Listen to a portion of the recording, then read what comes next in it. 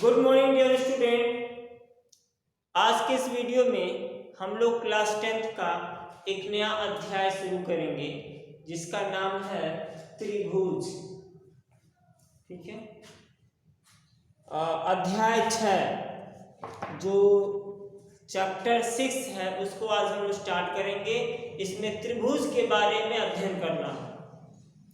तो सबसे पहले त्रिभुज के बारे में और अधिक जानकारी के लिए और अधिक पढ़ने के लिए, इससे पहले कि हम लोग आगे बढ़ें, सबसे पहले हम लोग समझने का प्रयास करेंगे कि समरूप क्या होता है, सिमिलर फिगर्स क्या होते हैं।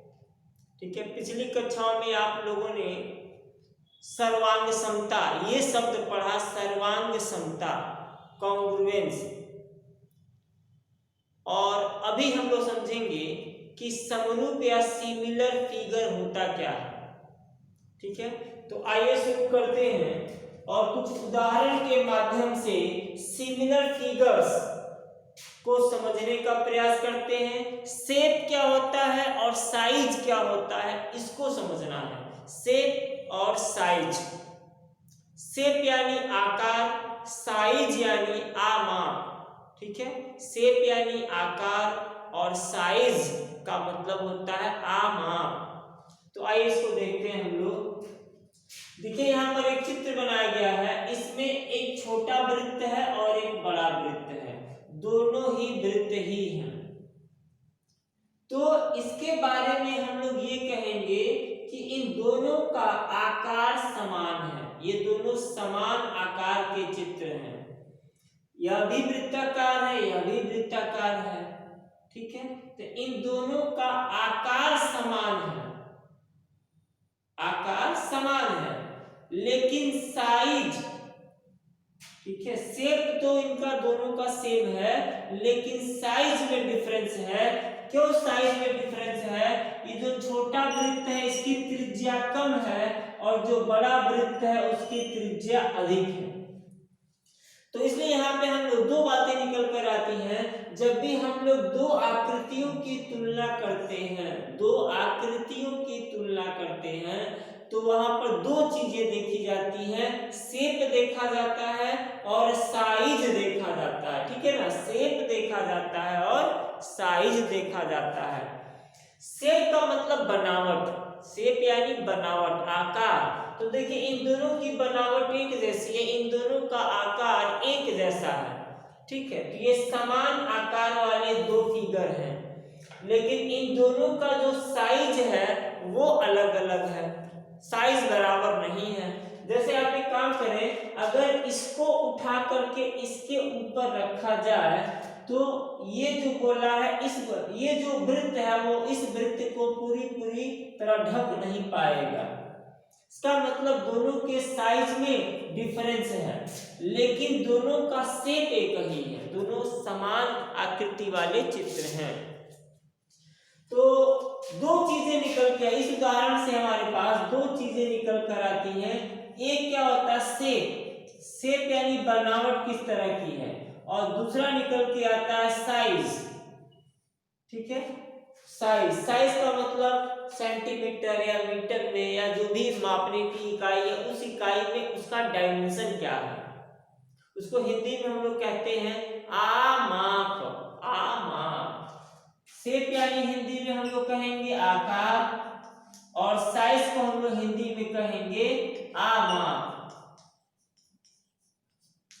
तो ये जो दोनों आकृतियां हैं, इन दोनों आकृतियों का शेप तो समान है, ये समान आकृति है, समान आकृति है, लेकिन इनका माप अलग अलग है, इनके आमाप भिन्न भिन्न है, तो इनका साइज समान नहीं है। अब बात करते हैं ये दूसरे उदाहरण की, जो दूसरा चित्र है। जैसे देखिए इसमें एक त्रिभुज बना हुआ है और एक वृत्त, एक वर्ग बना हुआ है। यह एक त्रिभुज है और यह एक वर्ग है। देख करके ही, मात्र देख करके बताया जा सकता है कि इन दोनों का आकार समान नहीं है। ठीक है, आकार भिन्न है, दोनों का आकार भिन्न है, शेप एक जैसा नहीं है।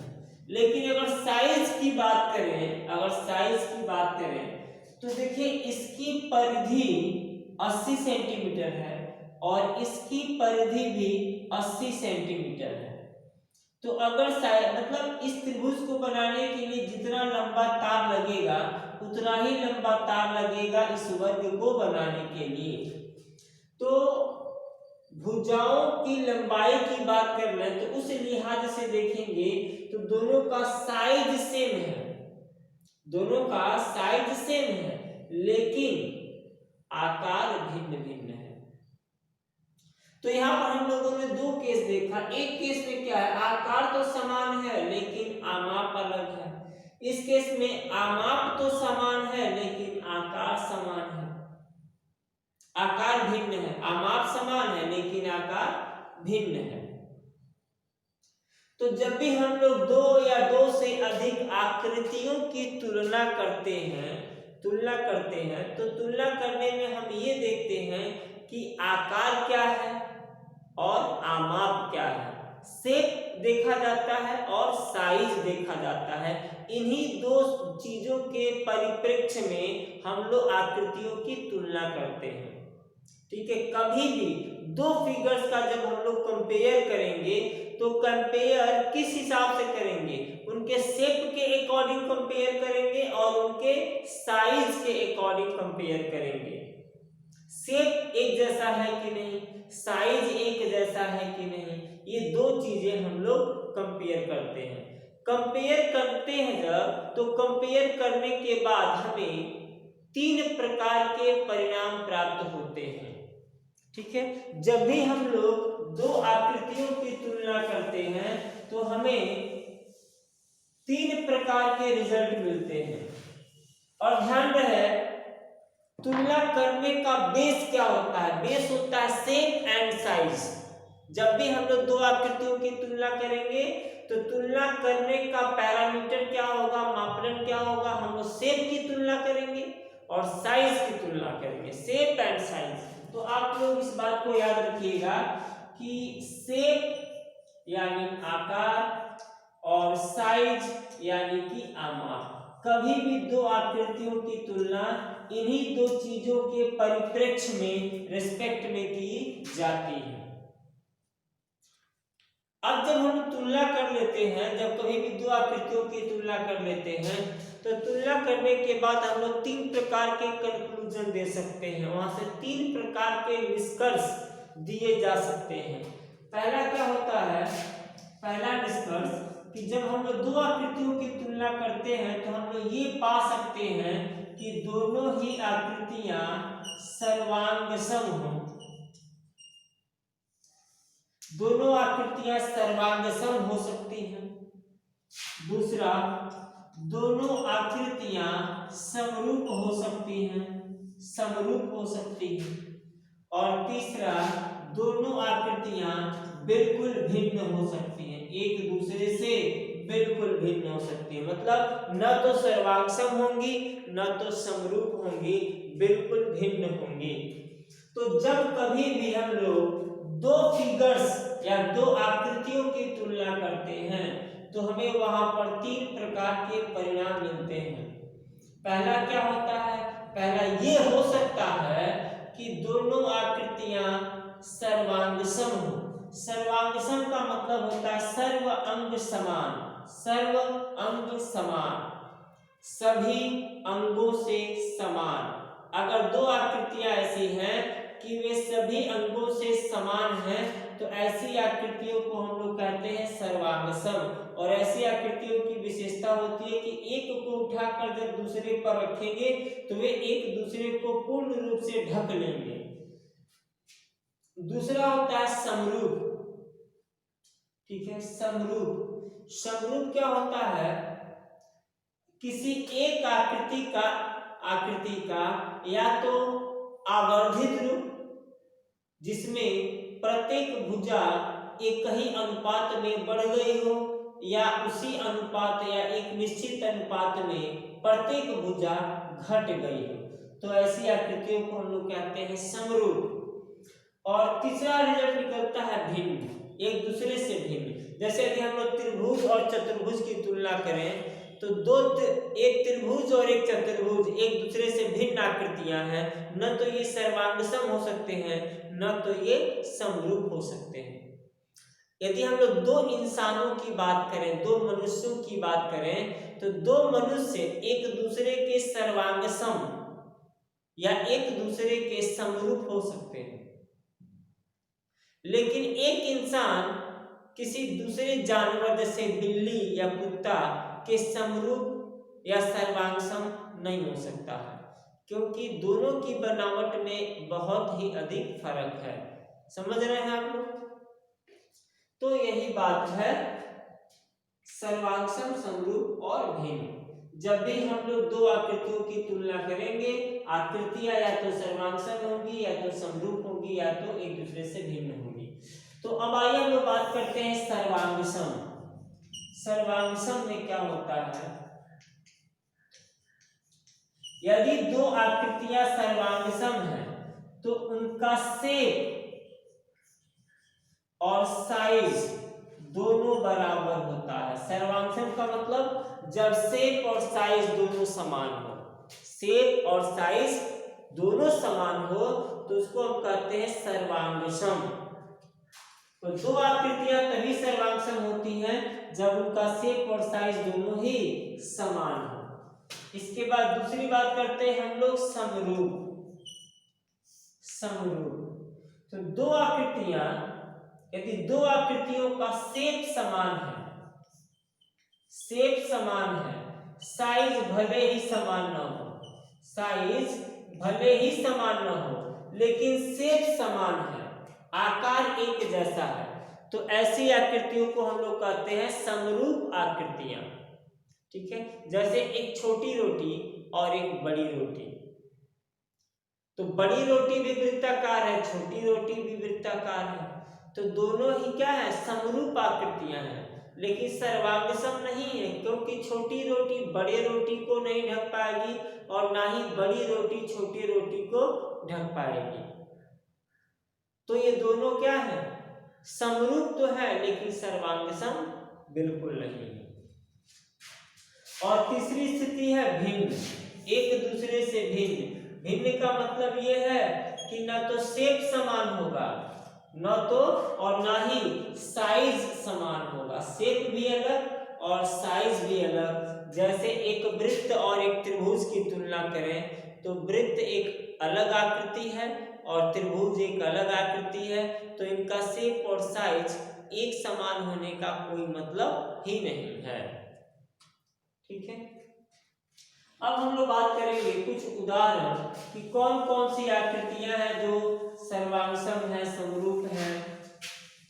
आगे बात बढ़ाने से पहले एक चीज याद दिला दें आपको, सर्वांगसम, क्योंकि पिछली कक्षा में आप लोग सर्वांगसम पर बेस्ड कुछ प्रमेय पढ़कर आए हैं।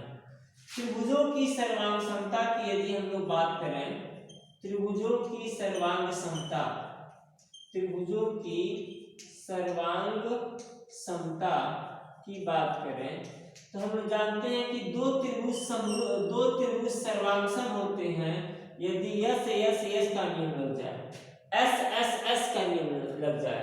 एस एस एस का मतलब होता है, मान लीजिए कि दो त्रिभुज है और एक त्रिभुज के तीनों भुजाओं की जो लंबाइयां हैं वैसी ही लंबाइयां दूसरे त्रिभुज में भी हैं।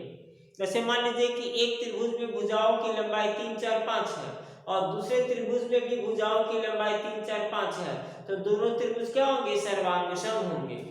तो सर्वांगसम त्रिभुजों की संगत भुजाएं बराबर होती हैं। तो यदि दो त्रिभुजों में ऐसा है कि एक त्रिभुज की तीनों भुजाएं दूसरे त्रिभुज की तीनों भुजाओं के क्रमशः बराबर हो तो दोनों त्रिभुज क्या होते हैं? सर्वांगसम होते हैं। तो एक नियम है यस यस यस या ट्रिपल यस। दूसरा नियम है S A S, side angle side, भुजा कोण भुजा। मान लीजिए दो त्रिभुज है और दो त्रिभुजों में एक त्रिभुज की दो भुजा और उससे बना हुआ बीच का कोण, दूसरे त्रिभुज की दो भुजा और उससे बना हुआ बीच का कोण, ये दोनों यदि बराबर है, समान है, तो दोनों त्रिभुज सर्वांगसम कहलाते हैं। तीसरा नियम है एएएस, एंगल एंगल साइड। यदि दो त्रिभुज ऐसे हो कि एक त्रिभुज के दो कोण दूसरे त्रिभुज के दो कोणों के एग्जैक्ट बराबर हों और कोई भी एक भुजा बराबर हो, दो कोण बराबर मिल जाए और एक भुजा बराबर मिल जाए, ठीक है। यदि दो त्रिभुज हैं और दो त्रिभुजों में कुछ ऐसी विशेषता है कि एक त्रिभुज के दो कोण दूसरे त्रिभुज के दो कोणों के बराबर है और कोई भी दोनों त्रिभुजों में कोई भी एक भुजा बराबर है, तो दोनों त्रिभुज सर्वांगसम होते हैं। चौथा नियम है RHS। यह नियम केवल समकोण त्रिभुज पर लागू होता है। RHS right angle triangle hypotenuse side, ठीक है। मतलब यदि हमारे पास दो समकोण त्रिभुज हैं और दोनों समकोण त्रिभुजों में कर्ण की लंबाई बराबर है, हाइपोटेन्यूज कर्ण की लंबाई बराबर है और एक भुजा कोई सा भी बराबर है, कर्ण की लंबाई बराबर है और दोनों त्रिभुजों में कोई एक भुजा आपस में बराबर है, तो भी दोनों त्रिभुज सर्वांगसम होते हैं। और सर्वांगसम का मतलब यही है कि यदि एक को उठाकर दूसरे पर रखा जाए तो बिल्कुल वो मैच कर जाए, कोने से कोना किनारे से किनारा एकदम मिल जाए, तो ऐसी आकृतियों को हम लोग कहते हैं सर्वांगसम आकृतियां। अब आगे हम लोग बात करेंगे सिमिलर आकृति या समरूप आकृतियां, समरूप। अच्छा, इसके अलावा आपको याद दिला दे सर्वांगसमता का एक चिन्ह होता है, ऐसे बराबर लगाकर और बराबर के ऊपर एक ऐसा S बना देंगे, लेटा हुआ S, तो ये जो चिन्ह है ये सर्वांगसमता का चिन्ह है। इसका मतलब होता है कि इसके दाहिने साइड और इसके दाहिने साइड और इसके बाएं साइड में लिखी गई आकृतियां एक दूसरे के सर्वांगसम होती हैं। तो अब हम लोग बात करेंगे समरूप होने की, समरूप। तो जैसा कि आपको बताया गया कि समरूप में क्या होता है, समरूप में शेप एक जैसा होता है, साइज का एक जैसा होना जरूरी नहीं है, ठीक है। शेप एक जैसा होना चाहिए। जैसे उदाहरण के लिए मान लीजिए ये एक छोटी सी पूरी है और ये एक बड़ी सी रोटी है, तो दोनों ही वृत्ताकार हैं, तो इसका मतलब ये है कि दोनों समान आकृतियां हैं, दोनों का आकार समान है, आमाप अलग अलग है क्योंकि दोनों की त्रिज्या का मान अलग अलग होगा, तो आमाप अलग है लेकिन आकार एक जैसा है, तो इसको हम लोग कहेंगे समरूप आकृति। उसी प्रकार से हम लोग चाहें तो एक ऐसे समांतर चतुर्भुज बना लेते हैं, तो देखिए बर्फी की तरह यह बन गया समांतर चतुर्भुज, और एक और समांतर चतुर्भुज बना लेते हैं, देखिए ऐसे एक और समांतर चतुर्भुज बना लेते हैं। देखकर बताया जा सकता है कि इन दोनों आकृतियों का आकार एक जैसा है, लेकिन इनका जो आमाप है, साइज है, वो एक जैसा नहीं है। तो ये दोनों आकृतियां समरूप है लेकिन सर्वांगसम नहीं है।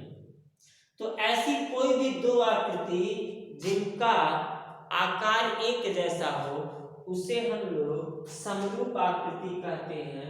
जैसे यहाँ पर ये जो दोनों वृत्त हैं ये समरूप हैं, और यहाँ पर ये जो दोनों समांतर चतुर्भुज हैं यह भी समरूप हैं।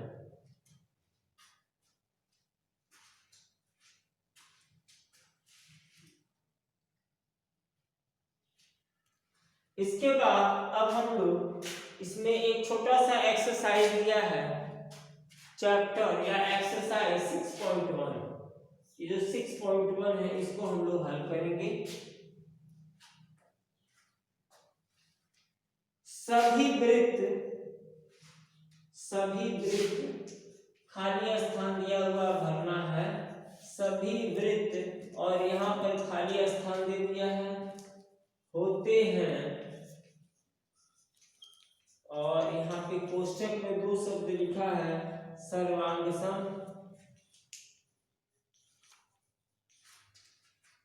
और समरूप, सर्वांगसम और समरूप सभी वृत्त होते हैं।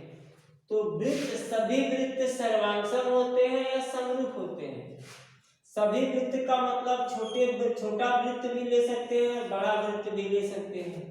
तो अब कोई भी छोटा वृत्त बड़े वृत्त के सर्वांग सम तो नहीं हो सकता, क्योंकि दोनों की त्रिज्याओं की लंबाई अलग अलग होगी। लेकिन दोनों का आकार एक जैसा है, शेप एक जैसा है, तो दोनों त्रिभुज क्या होंगे, समरूप होंगे।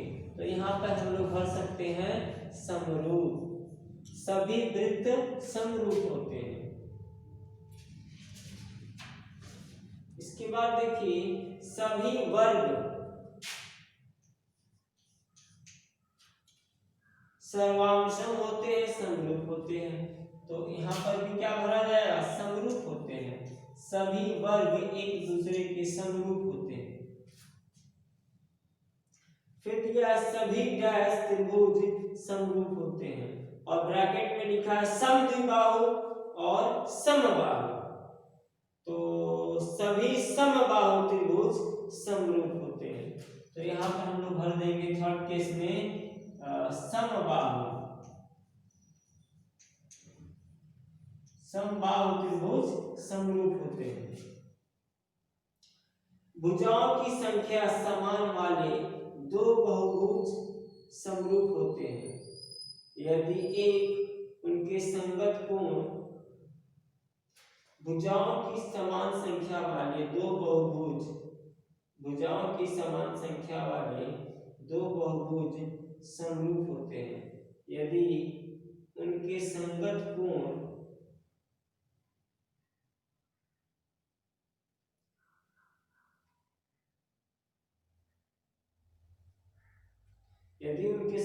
कोण बराबर हों तथा उनकी संगत भुजाएं समानुपाती हों। देखिए तो दो क्वेश्चन पूछा है, तो एक नंबर में भराएगा कि संगत कोण उनके संगत कोण बराबर हों,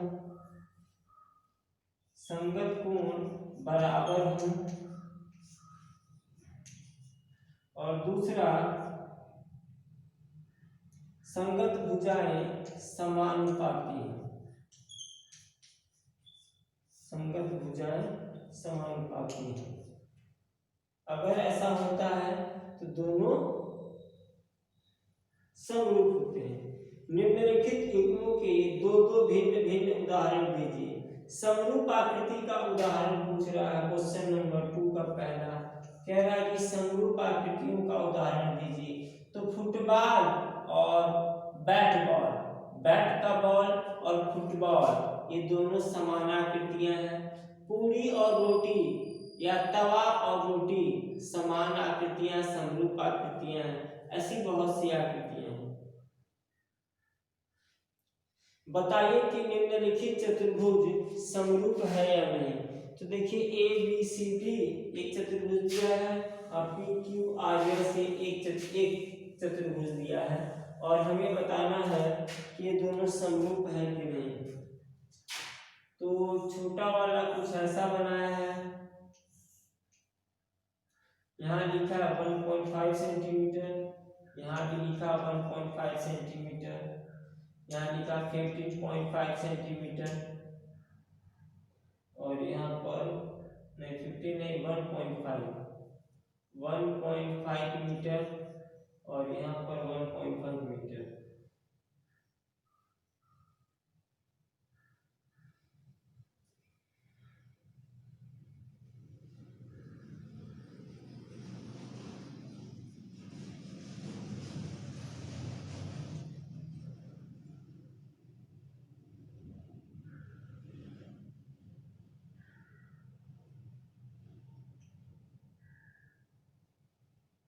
ये सभी 1.5 सेंटीमीटर है, और एक बड़ा सा चतुर्भुज यहाँ पे बनाया हुआ है 3 सेंटीमीटर 3 सेंटीमीटर 3 सेंटीमीटर 3 सेंटीमीटर, यह एक वर्ग है। बताइए कि निम्नलिखित चतुर्भुज समरूप है या नहीं। तो देखिए देखने से ही पता चल रहा है कि ये दोनों आकृतियां समरूप नहीं है। ठीक है, ये दोनों आकृतियां समरूप नहीं है।